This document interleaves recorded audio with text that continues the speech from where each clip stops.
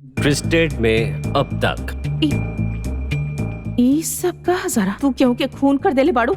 हमके याद नहीं के।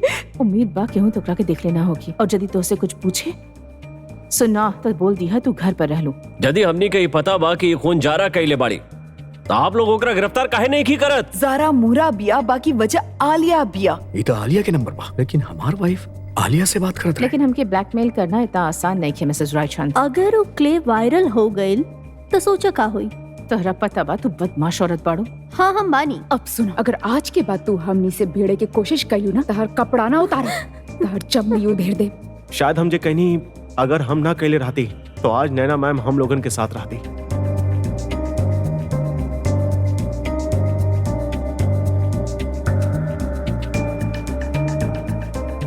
और फिर का केला तू? सर ओकर बाद जो हम कहनी शायद हमके ना करे के चाहत रहे। का मतलब बतहर? शायद हम जे कहनी अगर हम ना कैले रहती तो आज नैना मैम हम लोगन के साथ रहती। तहर मतलब का बा? What did you do, डेविड? सर हम आलिया के साथ उहे कहनी जौन जारा आपके पत्नी के साथ कैल रहे। इक्का बदतमीजी बा, ये लेडीज वॉशरूम बा। अब यदि नैना के साथ कोनो चाल चल लेना तो देख ली है तोहरा खातिर बिल्कुल भी अच्छा ना होगी। देख ले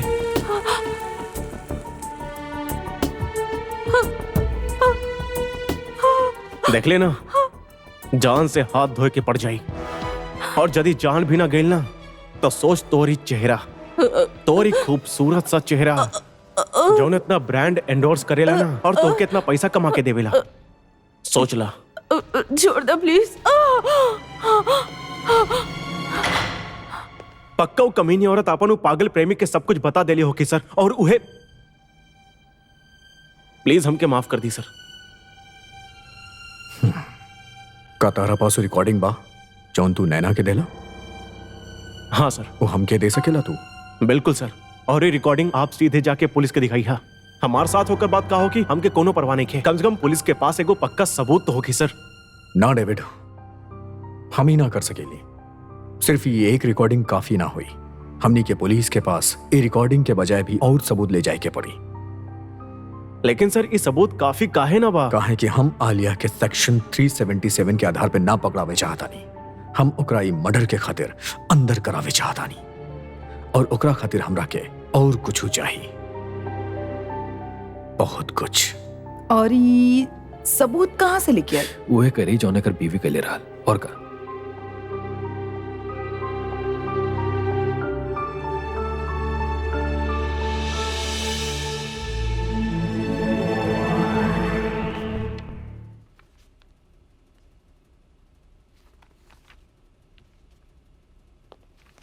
गुड मॉर्निंग डॉक्टर।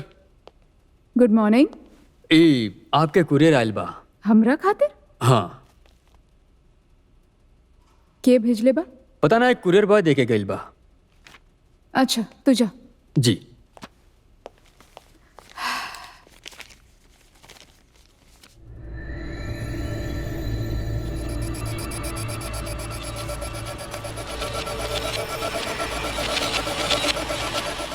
एक ही क्लिप 2 बार मिले पे कैसन लगा था? हमार वाइफ तरह के डरावे धमकावे खातिर रिकॉर्डिंग भेजले रहली, लेकिन हम ऐसा कुछ भी ना करबा। बाकी कर सकेली अगर तू अपन गर्लफ्रेंड से जाके ई ना कहलू कि नैना के मर्डर के रिस्पॉन्सिबिलिटी ले ले और 24 घंटा के अंदर खुद के पुलिस के हवाले कर दे। और अगर ऐसा ना भइल तो हम ई टेप हर न्यूज चैनल तक पहुंचा देब।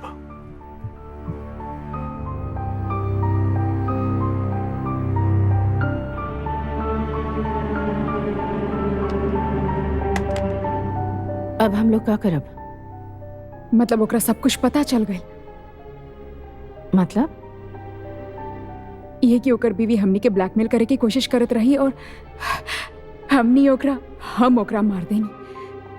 और यदि वो ई क्लिप सीआईडी के जाके दे दी तो सब कुछ खत्म हो जाए। इससे पहले कि उस सीआईडी के पास पहुंचे, हमके ओकरा पास पहुंचे के पड़ी। का मतलब सारा? अगर हम ओकर बीवी के मार सके नहीं तो ओकरा ना, तू ऐसा कुछ ना करबू।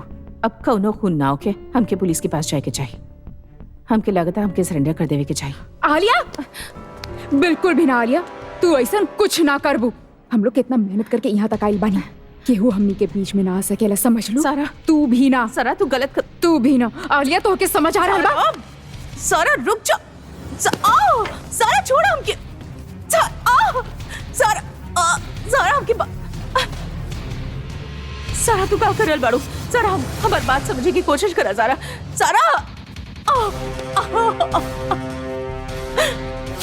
सारा नो, सारा प्लीज। हमके माफ कर दे जा, हमके करे के पड़ी। शिट, माय गॉड, पागल भी आई सारा। दिशा, गो से वालिया, रणबीर राजन के कॉल करा, ओकरा के सावधान करा। सर। यस जय, हम ऑनलाइन चेक कर ले पानी। पार्सल पहुंच गए बा सारा के पास, और आई एम श्योर वो रिकॉर्डिंग अब तक देख ले हुई और आलिया के भी दिखा दे ले हुई। प्लीज समझा यार, अगर हमने पुलिस के पास जाती ना तो ये काम आधा ही होत। हमके पता बा हम खुद के खतरा में डाला था नहीं, लेकिन हमने के पास कोनो चारा भी तो नहीं थे। एक मिनट, हम थोड़ा बाद में कॉल करवा।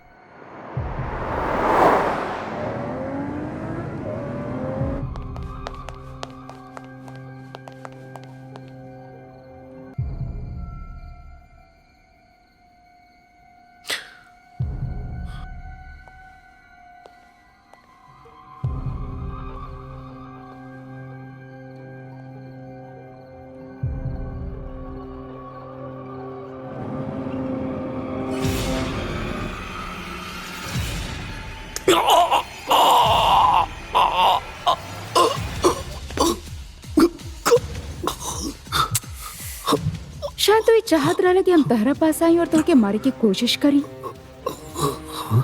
का पता। लेकिन पता बा, तो उतना ही बेवकूफ बड़ा जितना कि तहार बीवी रहे। तब बेसिकली दोनों के अंत एक जैसन होके के चाहिए। खाली एगो अंतर बा कि जब हम ओकरा मारे आयल रहनी ना, तो सामने के दरवाजा से आयल रहनी और पीछे के शीशा तोड़ ले रही। लेकिन ई बार हम पीछे वाला शीशा तोड़ ले बानी, पीछे से आयल बानी, लेकिन सामने वाला दरवाजा से जाए। हाँ, ये करब, ई सही रही। लेकिन हम एगो बात बताई, हमके तार बीवी के मारे में बहुत मजा आयल रहे। जाने चाहेला कैसे? ऐसे ही हम तहार बीवी के पैरालाइज कैले रहनी, और ऐसे ही हम जानवर के तरह ओकरा घसीट के बेडरूम तक लेके गए रहनी। पता बा एगो फॉरेंसिक डॉक्टर होखेला के फायदा का बा? पैरालाइज करे के सही तरीका पता होखेला। हाँ, लेकिन खाली पैरालाइज ही ना, पोस्टमार्टम से बचे के तरीका भी आवेला। पता बा, दवाई गायब हो जाला जादू के तरह। तारा पता बा, पैरालाइज करे वाला दवाई के बारे में पता होखे के चाहिए। महसूस सब होखेला, बस तू हिल ना सकेला। ऐसे चिंता मत करा, तू ना मरे के पूरा मजा ला। जाने ला तू, जब हम तहार बीवी के ऐसे ही घसीट के बेडरूम तक लेके आयल रही, तो ओकरा हम बिस्तर पे लेटाइनी और ओकर हाथ बांध देली। और हाँ, ओकर हाथ बांधे के बाद, ओकर कपड़ा फाड़े के बाद ओकरा रेप के तरह दिखा देनी। लेकिन आपके साथ सर ना, हम ना आपके साथ वो का बोल जाला, का कहल जाला, वस्त्रहीन। हम आपके वस्त्रहीन ना करे चाहेनी, और ना ही हम आपके रेप करे चाहेनी। असल में एगो बात बताई, हमके ना रेप से कुछ याद आ गई। तो के कोनो आइडिया बा के तहार बीवी के रेप कैले? एगो मरल आदमी, एगो मुर्दा। हाँ सर, ना एक खातिर बड़ाई करे के पड़ी बाना, हम बहुत होशियार बानी। हम एगो मुर्दा आदमी के शरीर से सीमन निकाल के ओकर शरीर में डाल देनी, एगो बड़ा सिरिंज से ओकर अंदर, बहुत बड़ा।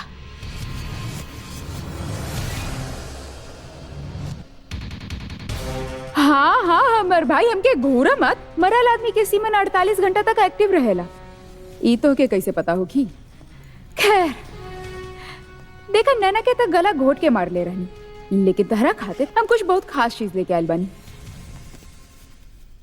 ई चाकू। हाँ, तू जाने चाहेला काहे साला कमीना? काहे कि तू हमार आलिया के छूले बड़ा, हमार आलिया के साला कमीना, हमार आलिया के छूले बड़ा ना, हम तारा के काट के रख दे। छोड़ब ना हम तारा के, जान से मार जरा चाकू फेंक दा ना। जरा हम शूट कर दे, हमरा के मजबूर मत करा ना, तो के मरे के पड़ी। चाकू फेंक दा साला तारा ना। आलिया, आलिया, आलिया, आलिया हे ओकरा खोला खोला आलिया हे आलिया तू ठीक बाड़ू तू सुरक्षित बाड़ू देखा हमके देखा सुना तू ठीक बाड़ू जैसे कि आप लोग सीसीटीवी फुटेज में देखनी साफ दिखाई दे रहल बा कि डॉक्टर ज़ारा खान जौन तरह से रणवीर रायचंद के मारे के कोशिश कैले रहे उहे तरह से उनकर बीवी के भी मार ले रहे। और एगो बात हम यहाँ आप लोग के बतावल जरूरी समझेली कि मिस्टर रणवीर के घर के ई तरह से बग करे के इजाजत हम लोग के पूरा लीगल फॉर्मेलिटी कैला के बाद मिलल रहे और ये हम लोग के बहुत अच्छा कदम साबित भइल बा। ना तो हमनी कबो कातिल तक पहुंचे में सफल न हो पाई थी। अब हम फाइनली बोल सकेली the case is closed, what we call a crime of passion. उम्मीद बा कि मिस्टर रायचंद जहां भी होखी हैं उनकर आई जान के बहुत खुशी मिली कि उनकर बीवी के कातिल मिल गई बा और सीआईडी के काबिलियत के बदौलत उनकर इंसाफ मिलल बा।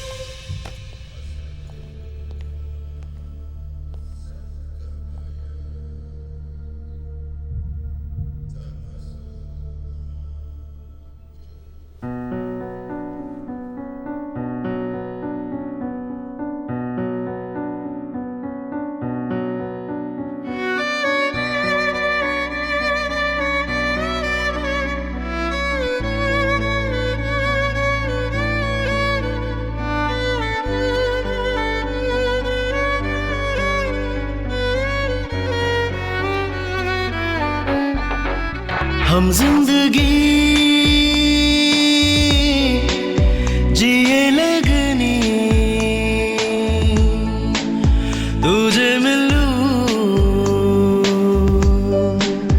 ऐ हम नवाज हमके मिलल बारोशनी तारा रहनी हम टूटल जैसन जैसे मिलल बानी खुद से ही पाके तोरा तोरा से हम बानी इतना बता दी तोरा हम कुछ नहीं की तोरा बिन नहीं के कोई हमार तू बाड़ू दुआ और तू ही है खुदा हमार हम जिंदगी जिए लगनी तुझे मिलूं ऐ हम नवाज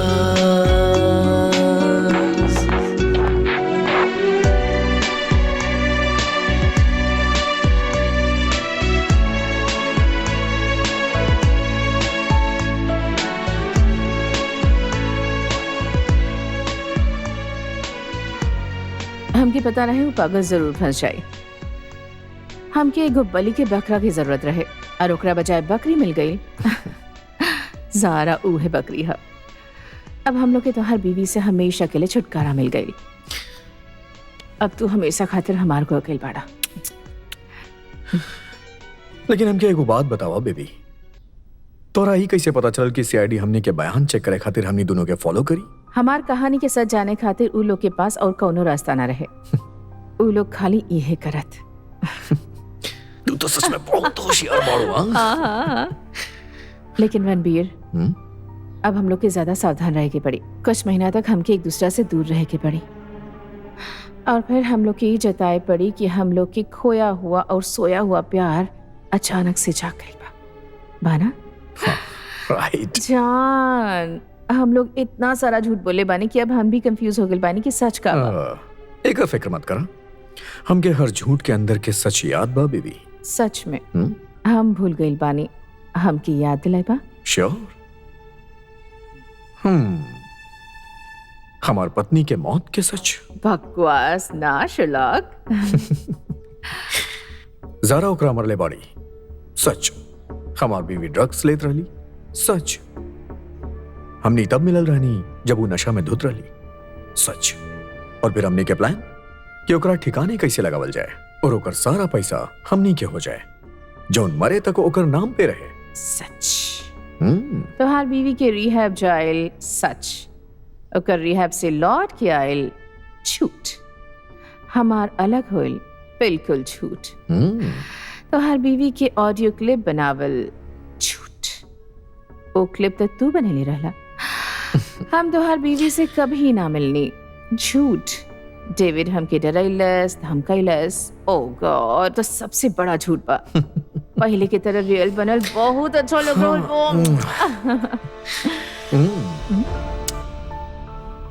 हमनी लेकिन रणबीर हाँ हम लोग से एक गवाह छूट गइल बा, के हेड सिक्योरिटी डेविड। हाँ ओकरा खातिर परेशान मत हुआ, हमनी ओकरा पे भरोसा कर सकेली। पक्का? हाँ हाँ डेफिनेटली। तो ठीक बा।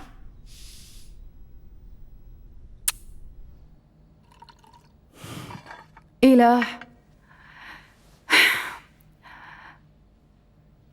इंस्पेक्टर आर्यन अब तो रिलैक्स हो सकेला, काहे कि ई केस अब बंद हो गइल बा। हमरा हिसाब से क्लोज नहीं के भाई। अब एकर का मतलब बा? ई कंडीशन के बारे में पढ़ता नहीं, कहल चला IED। IED? Intermittent explosive disorder एक तरह के बीमारी बा, जकरा भी बीमारी रहला उ गुस्सा और हिंसा ज्यादा ही करेला। ए लोग के छोट छोट बात पे गुस्सा आ जाला, और यह ना इतना ज्यादा गुस्सा आ जाला कि लोग अपन होश खो देला। तो ई बीमारी केकरा बा? ज़ारा। का? तू यकीन से कैसे कह सकेला? एगो रिपोर्ट मिलल, उ डॉक्टर से बात करनी जो इलाज के लिए रहे। एगो और बात, ऐसा लोग के गुस्सा के जरिए कंट्रोल कईल बहुत आसान बा। वो लोग आसानी से केहू के बात में आ जाला। लेकिन आर्यन ज़ारा के कौन बहकाई? उहे जे ओकरा से अपन काम करवावे के चाहत होके। मतलब? सोचा दिशा, हम अपन बीवी या अपन लवर के बीवी के मरवावे के चाहत नहीं, लेकिन ये काम हम खुद नहीं कर सकत। तो ओकरा खातिर हमारा एक ऐसा आदमी की जरूरत बा जेकरा तू इतना गुस्सा दिला सके कि वो तोहार काम आसानी से कर सके। एग्जैक्टली। यू फुटेज बा आपके और ज़ारा के, और परेशान मत हो कि कहा कि एकर कौनो कॉपी नहीं खे, इलिए आप रिलैक्स हो जाएं। Thank you so much. आपके पता नहीं कि हम कितना रिलैक्स बानी, आप लोग हमार बहुत मदद कैले बानी। हाँ, हमनी के CID वाला लोग के ऐसे भी रेपुटेशन खराब बा। अगर हमनी के बुरा बनबो करब त क्यों के मदद करे खातिर। बिल्कुल, हम समझ सके नहीं। खैर कोनो बात ना, हमने की चलत नहीं। जी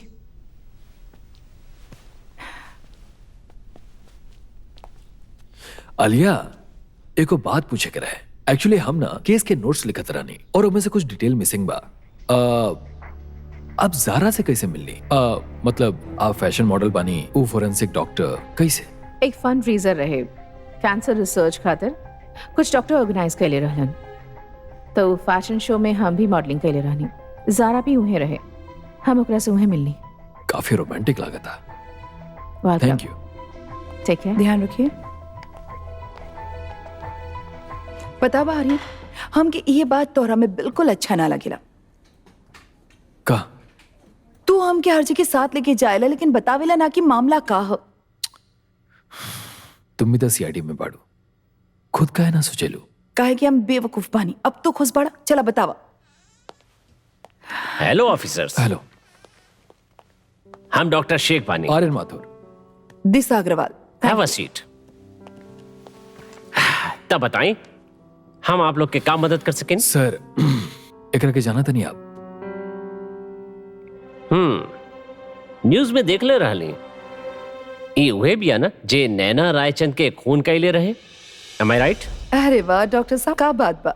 एक बार चेहरा देखला के बाद हम कभी ना भूलेनी। ये बहुत अच्छा बात बा डॉक्टर शेख, लेकिन आप हमरा के ये बताई कि आप एकरा के फंड रेजर पे काहे बोले ले रानी? अरे हम एकरा अपन फंड रेजर में काहे बुलाए, हम तो एकरा जानबो ना करेनी।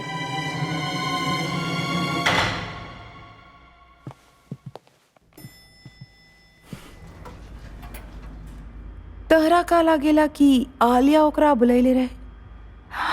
Yes. तब तो हम लोग के वो सिक्योरिटी ऑफिसर से भी मिले के चाहिए। देखा हम कले रहनी ना, तारा बस लागेला कि तू बेवकूफ बाड़ू। चुप रह। हमरा खातिर ड्रिंक खरीदे खातिर थैंक्स आलिया, तो बहुत अच्छी बाड़ो। अच्छा था तू बाड़ा, हमार और रणवीर के इतना झूठ छिपाए में तू हमार मदद के लिए बड़ा। तोहार बगैर ये सब मुमकिन ना रहे। अरे कोनो बात ना।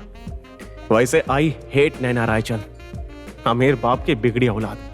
ओकर बर्ताव कितना गंदा रहे। ओकर साथ जे भी भइल ना, बहुत अच्छा भइल। हम सहमत बानी, वो ओकरे लायक रहे। बिच।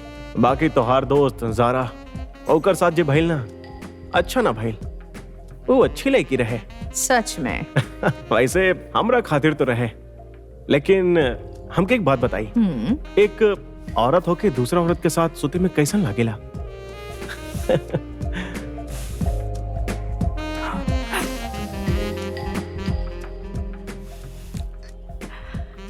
तू बहुत पी ले बाड़ा डेविड, लेकिन हम एक जवाब देब उतना ही जितना मजा तोहरा एक औरत के साथ होते में आवेला। How about that? सच में? ओकरा खातिर भी चीयर्स।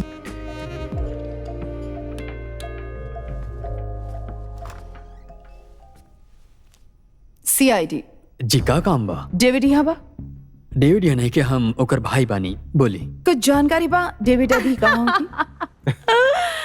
हमके माफ कराओ, सवाल बहुत मजाकिया रहे। हम क्यों ना पूछे के चाहत रहे। ऐसा सवाल आखिर के पूछेला? लेकिन लड़की के साथ मतलब कि कैसे? I'm sorry, हम बड़बड़ कर रहे बानी। I'm sorry, हम भी बहुत नशा में बानी। तू ना बड़ा, प्लीज तू मत हो। Oh no, बोलनी ना हम नशा में बानी। I'm really sorry about it.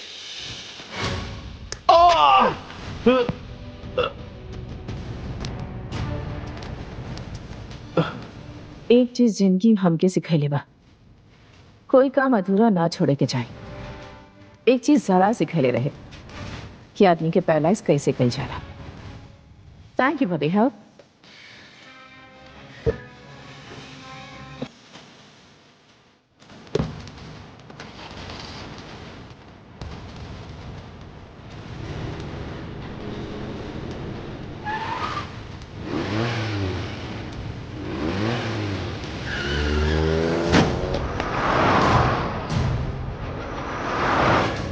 अब कुछ अधूरा ना छूटी। हेलो एवरीबॉडी, यदि आपके शो पसंद आए, ये एपिसोड पसंद आए होके, प्लीज लाइक के दबाएं, प्लीज शेयर करें और प्लीज लाल और सफेद बटन के जरूर दबाएं और सब्सक्राइब करें। आपके सब्सक्रिप्शन हमनी के प्रोत्साहित करें जैसे आपके खातिर और मनोरंजक प्रोग्राम बना सकें। Thank you.